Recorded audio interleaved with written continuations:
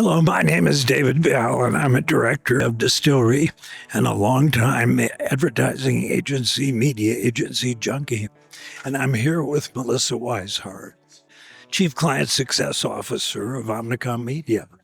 And we're delighted to have you here. Well, thanks for having me. So tell us about how you got here. Yes. You've had a very fast rise. Thank you.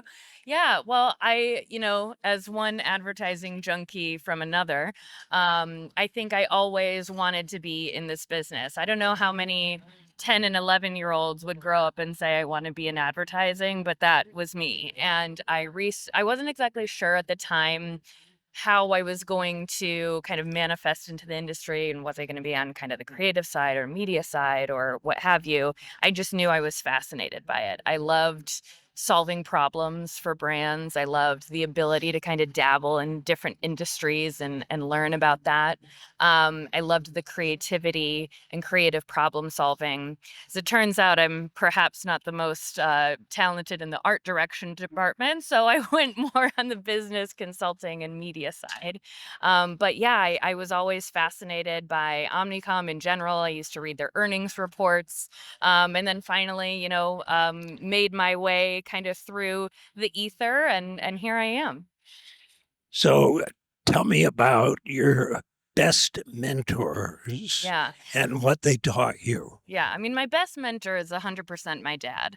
My dad was always curious, deeply curious, always starting something new. He retired and unretired 3 or 4 different times because he was always fascinated by wanting to try new things. And I think that has really taught me to be continuously curious in this industry. We are constantly disrupting from outside forces, disrupting from within. And that sort of natural ability and curiosity and willingness to try new things, I learned from him, and I'm very fortunate that's served me well. And what about in the business itself? Yeah, and the You business started itself. out at a smaller agency and you worked your way to the pinnacle of the biggest. Yeah, yeah.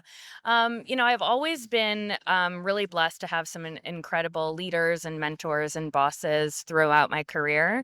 And I also will say I was fortunate to start in some smaller shops where you get exposure to a lot of different things.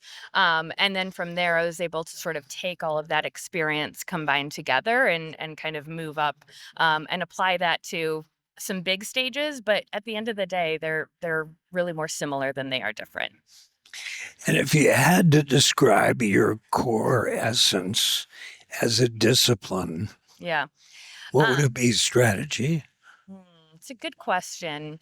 Yes, I think it would be strategy. I've gone very, very deep in different areas, and I think as I was growing up in the industry, there was a lot of change happening. I started out on the global traditional media side, so print ads, out of home, et cetera. And then this little thing called social media and digital was really emerging. And at the time, nobody really knew how to tackle it. And I just taught myself a lot of those things. I learned deeply on the measurement and analytics side. And I was able to sort of grow up with the industry at the same time in my career. And so while again, I think strategy is the core discipline, I have a little bit of that T shape where I've been able to go deep on a few different areas with a strong technical background. You said a beautiful thing, which is starting at a small agency. Yeah. You learned how to orchestrate Yeah. early. Yeah. And is it difficult to orchestrate with the size of the disciplines at Omnicom? We're very organized, I will say, so that is actually quite helpful.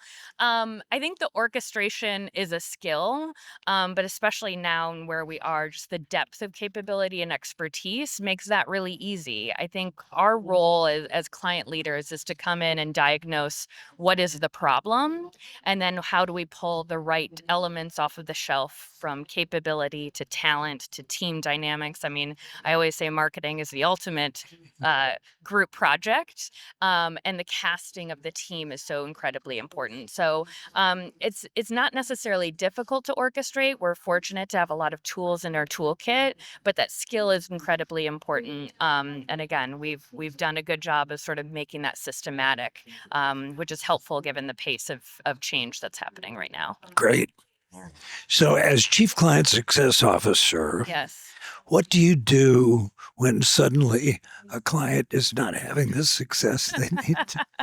Yeah. So, I mean, I think a lot of those things, it's about diagnosing the problem appropriately. When you can, and I think Steve Jobs said this, when you can diagnose it effectively, you're halfway to the answer. So, really, really deeply understanding where is that problem arising? It may be manifesting way down the path in something else around operations or billing, but really the origin of that problem might be two teams are not briefing on the correct project, or our operating model is off, or we've got a casting problem between teams are really just not gelling, or we're not unified in the right way. So I think really, digging a little bit deeper and not just taking the problem at face value, but really understanding however many steps across the chain that may have occurred. You must be a great listener because you must have to do that to get to the right problem. Yes. And I think asking the right questions and the right follow up questions.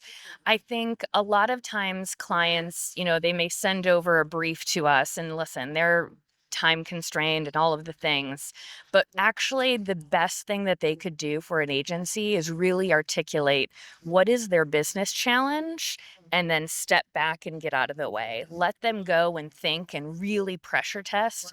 An agency is your best outside in perspective. They may never know as deeply as a client does on what's going on within their business, but they have the benefit of exposure to a lot of different industries. And you never know when a problem over here that's been solved one way might provide absolutely revolutionary thinking to the problem that they're facing. And I think that's the biggest thing that I can say to clients of how to set your agency up for success is really articulate the problem, be the best evangelizer of what you're trying to solve, and then take a step back and let them surprise you.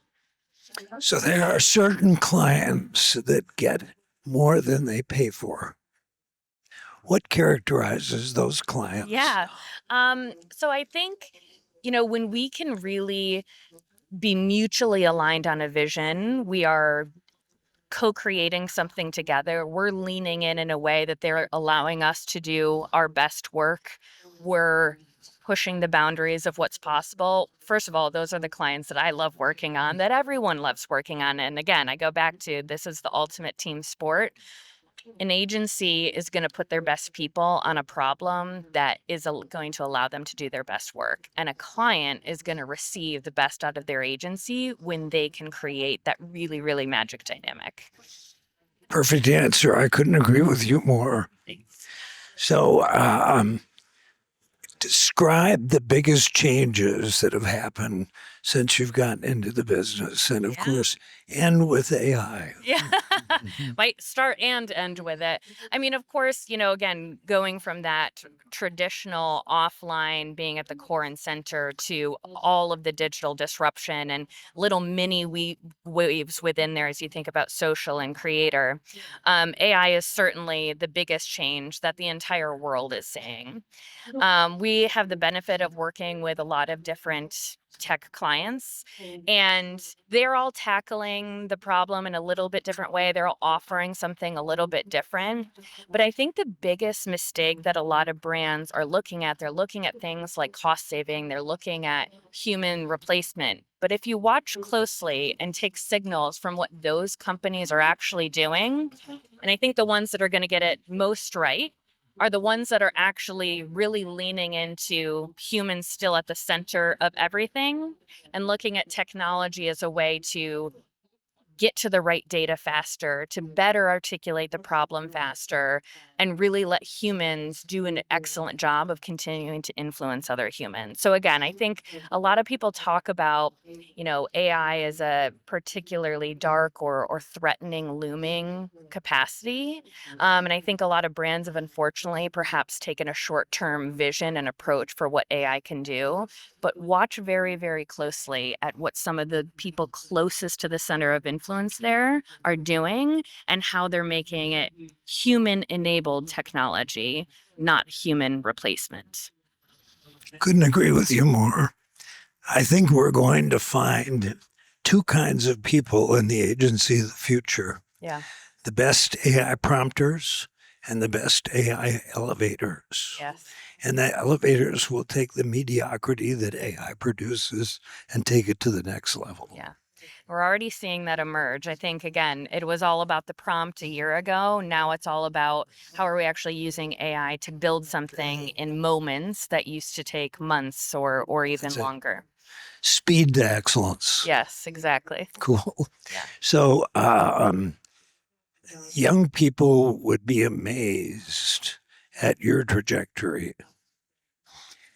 If you had a friend entering the business, what advice would you give them? Yeah. My advice would be to say yes to the opportunity when you're put into a room, when you're put into a pitch, when you get asked to help with the project that might take, a few nights and weekends off of your free time. Be there, be in the mix with people, and then also continue to learn. That is the biggest thing that, again, I learned from my dad. He never stopped learning. I do that myself, and this industry is changing so fast. It's AI right now. There will be new and different expressions of that always, and that's why I love this industry so much. But really continuing to be committed to learning, self-reflection, and just being a hand raiser, being in the mix, going the extra mile. And if you aren't being asked, you ask. You seek out someone who you are inspired by, who you are impressed with, who you want to learn from, or maybe even somebody that you don't get along with so much and you want to understand a little bit more deeply about them and what makes them tick. And so again, reaching out or just being, there to help and support because you get handed more opportunities. Great leaders are great peer-to-peer leaders.